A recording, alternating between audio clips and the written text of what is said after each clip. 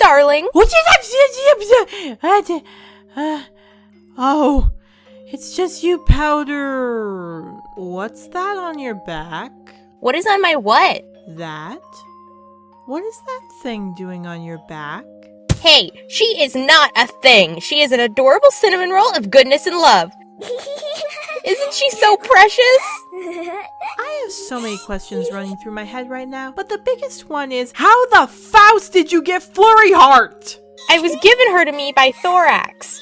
And Thorax gave her to you because... Because she was alone and needed help, and now I have her and you will raise her while I feast off the free love. Topaz Powder! Yes? Look, I am exhausted and trying to sleep.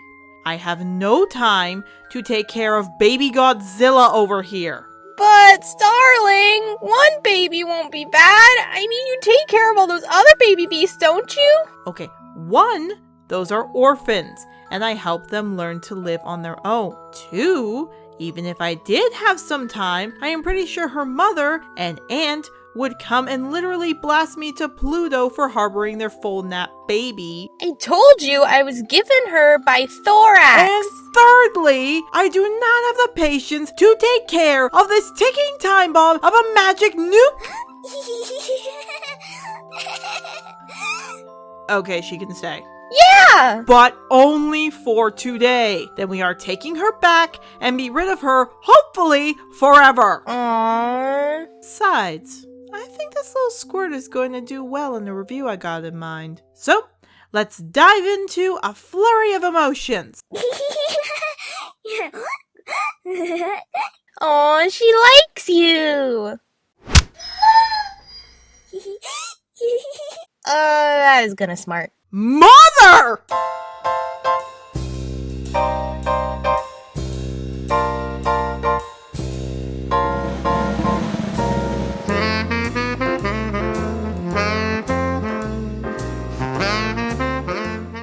Ow, ow, ow, that is my wing flurry.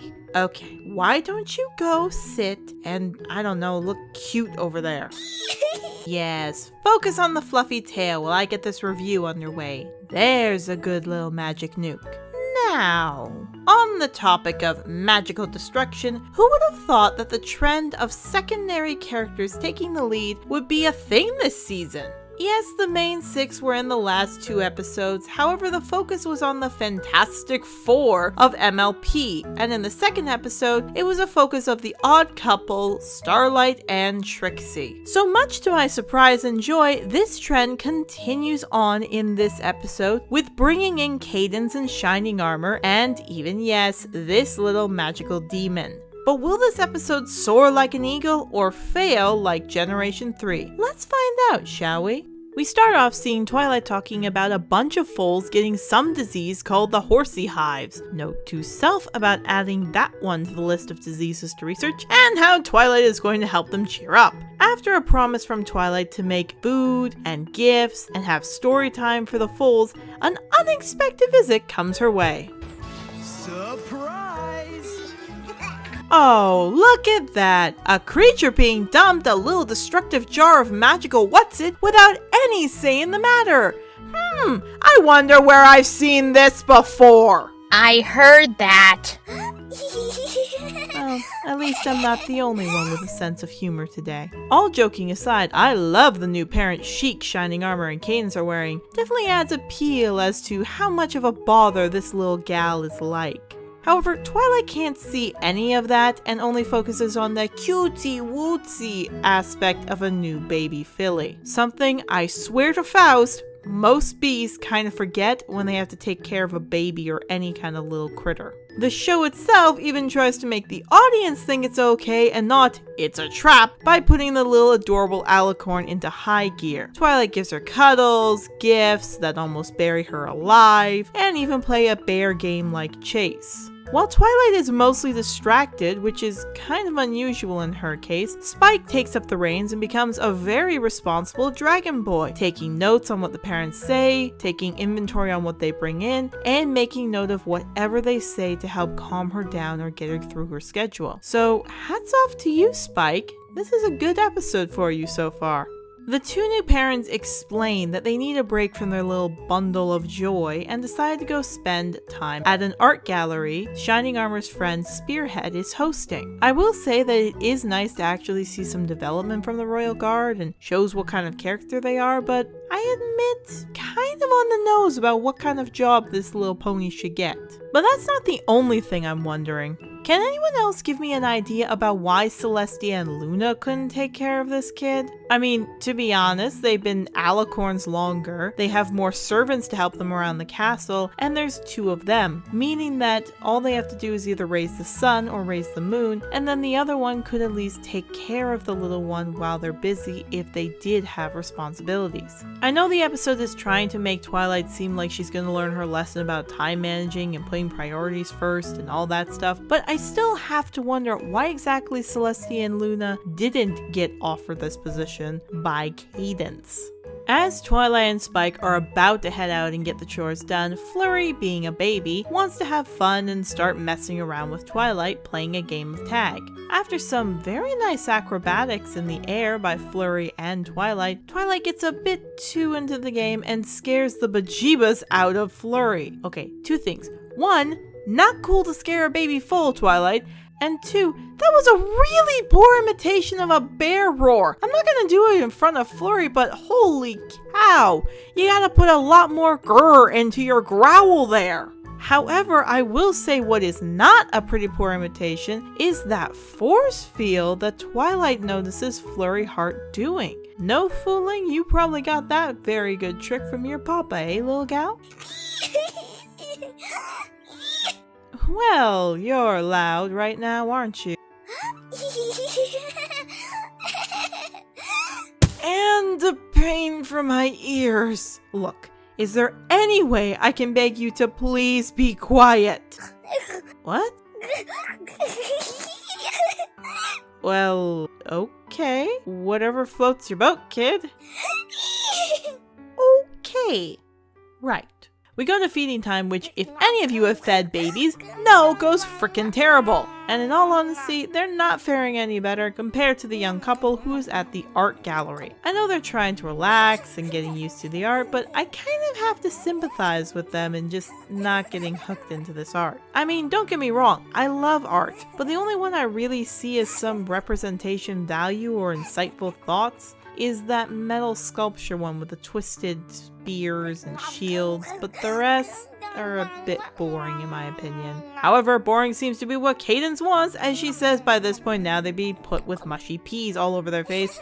And look! Flurry Heart makes her own mushy peas a la Twilight painting on the castle walls. Perhaps Spearpoint can make this in his next art gallery, showing just how destructive Alicorn babies would be. After a quick cleanup and transition, Twilight takes Spike and Flurry Heart to the toy store to get some toys and gifts for the foals that they're seeing at the hospital. And I gotta say, I like the representation in animals here. We got bears, parasprites, manticores, turtles, semi-creepy bloated ponies, jackalopes, the works. I'd love to see more of these play out in toy stores and just see what other stuffed toys they'd have. However, after a sign that any parent could tell would be play from a baby Flurry Heart, Twilight decides to make Speed Racer Mode activate with the shopping cart and race around the lanes as if it was a racetrack. Flurry, learning from Twilight, however, mimics what her auntie does and has the opposite effects of a good time. We go to the schoolhouse, where we find out that Cheerilee is technically the new librarian of the town. In here, we actually hear some very important facts about the pony culture, such as hearing their literature that makes their lore and world spin. We hear from the countless titles of a fairy tale book, an Alicorn and pirates and space kind of adventure, which honestly sounds pretty dang good,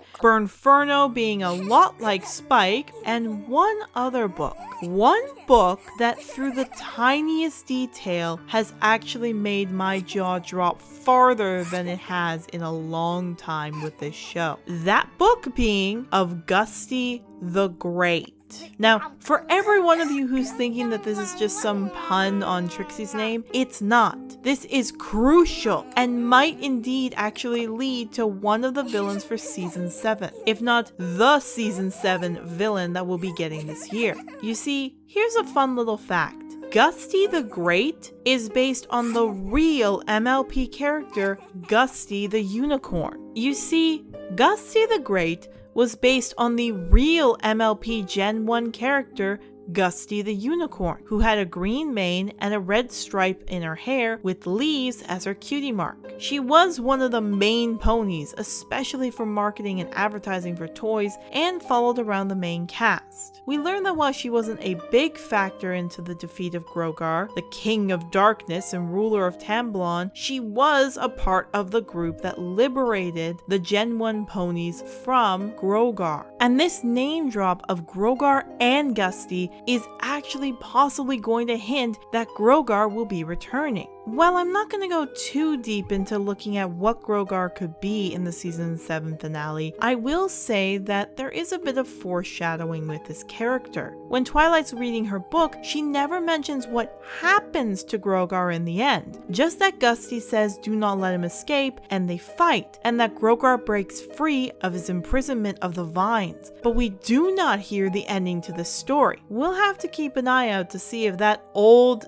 dastardly goat will show his face with his sidekick Bray anytime soon. But enough about theorizing about Grogar and what he could do. Let's go back to the episode where Flurry messes up an entire formula. Twilight's not exactly in the creative mood as she rubs it out, making Flurry Heart pretty dang upset, and cheerily in her anger, or passive-aggressive anger if we will, mentions how now she has to do this all again with her mouth. Well, silence was fun while it lasted. Okay, little one, what do you want? That was either hungry or harrowing. Not sure which one. My bet is on hungry. Here, I got her something. Is that jelly? You trying to recreate what happened like 2 scenes ago in here or something? Don't worry about it. This stuff is way better than mashed peas. And you know that how? You don't need to be a scientist to know that jelly is better than peas. Come on now. You're old enough by now to eat mushy berry slop, aren't you?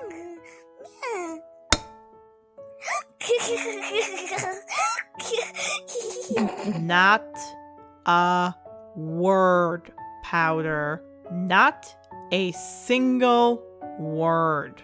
Need a towel for that new mark there, Starling? Nope. I'm good.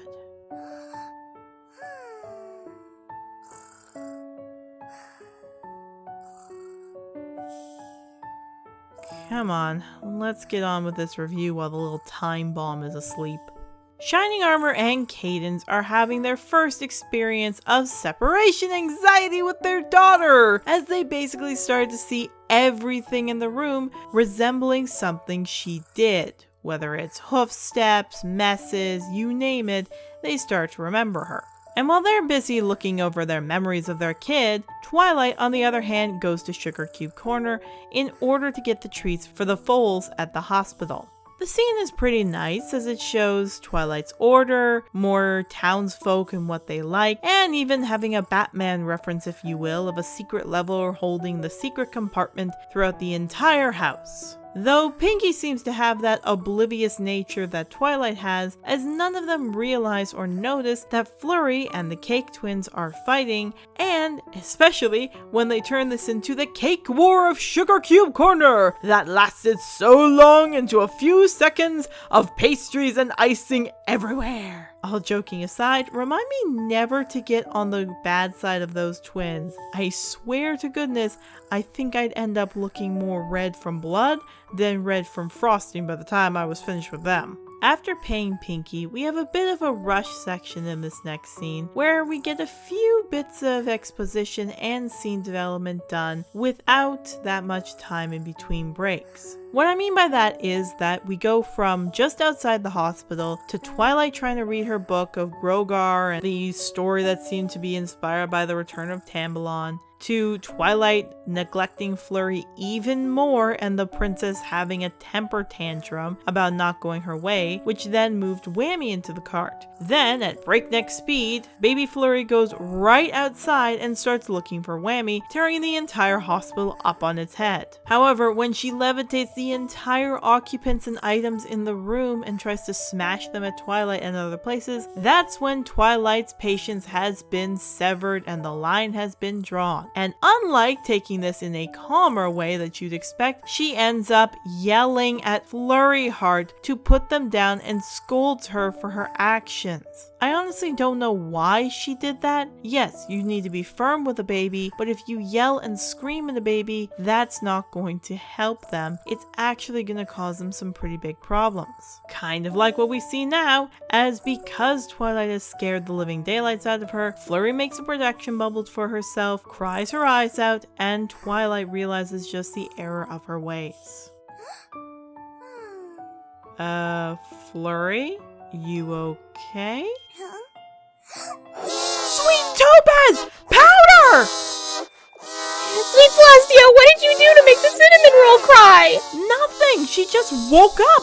No, you did something, you monster! Look, do you have that stupid Whammy toy? Yeah, I do. Why? Oh, hang on! Hush, little Billy, listen to my plea.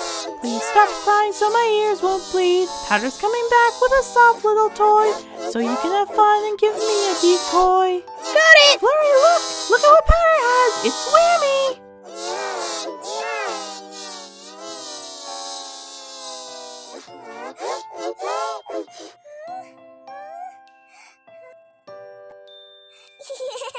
Ooh, glad that's over. What? I said I'm glad it's over. What? Oh, buck me. 2 hours later. I said get on with it! What? I said get on with it! What? Oh, I think my ears popped. Great, now could you please wrap this up so I can spend time with the precious baby? Fine, fine. But remember, we're taking her back soon. Why don't you like her? Of course I like her. I thought so. You're just like, wait, what? I like Flurry Heart. Just not how she was developed. Ever since her origin in the series, she has been very ill-developed and little time given to her, much like a few other characters we talked about in the previous episode. For example, she doesn't exactly fit with a baby, but she doesn't exactly fit with an adult, and tries to be a combination of the two. It's kind of a paradox of a character that doesn't exactly make sense. I know she gets a lot of hate in the fandom, but I would like to point out and remind people that Flurry is a baby from a very high powerful race who doesn't have that much control, but has time to learn to develop control. While I can see why people hate her, I will admit I'm pretty on the fence about Flurry and don't exactly love her to bits, but I can appreciate the fact she is a baby and that this is going to take a while for her to get used to. And I also like the theme that in the end, it's not the child that needs to apologize for this kind of behavior, but the parent. And that Twilight herself apologizes for scolding at the baby, and the two of them make up. So, can I put you into the Flurry Heart fan club and let her stay with us forever? I said I liked her, not loved her. So, no and no. Aww. Besides, we're almost done with Twilight bringing Flurry home, they having fun and bonding together, Cadance and Shining Armor rushing in to try and find their baby, only to find they've kind of been replaced by another figure who's kind of have her soft spot now. And that was a Flurry of Emotions. Overall, I thought it was pretty fun. Flurry herself, again while underdeveloped and overpowered, did have some good progression in seeing how she'd react with other babies and without her parents nearby. And like as others have said, I love this as a Spike episode. I know it's not a Spike episode, but writers, if you can write them like this, you will have Spike as one of the top favorite characters in the fandom. This episode, however, I would say would go at the bottom of the 3 that we've seen so far. As while it wasn't necessarily bad, it did have a lot of dry moments and a lot of less than exciting scenes to go off of. But it was still a fairly good video and one that I would suggest everyone to see. So, I guess it's time for us to get this little bundle of joy back home. So till next time, this has been Silver Starling, hoping that your travels are light and your road is safe until we... Hello, queen of my food source. Powder. Yes? Where did you say you got that baby again? From Thorax. He gave her to me and told me I could take her. Take her where exactly? Well, he said I could take her home. He meant for her home, you frickin' feather-brained changeling! Oh! Should we be running? Yup! I shall have you, my flurry food source! Counter! Would you put the baby down? It's hers! No, she's mine now, and I'll love her and feed her and keep her all to myself!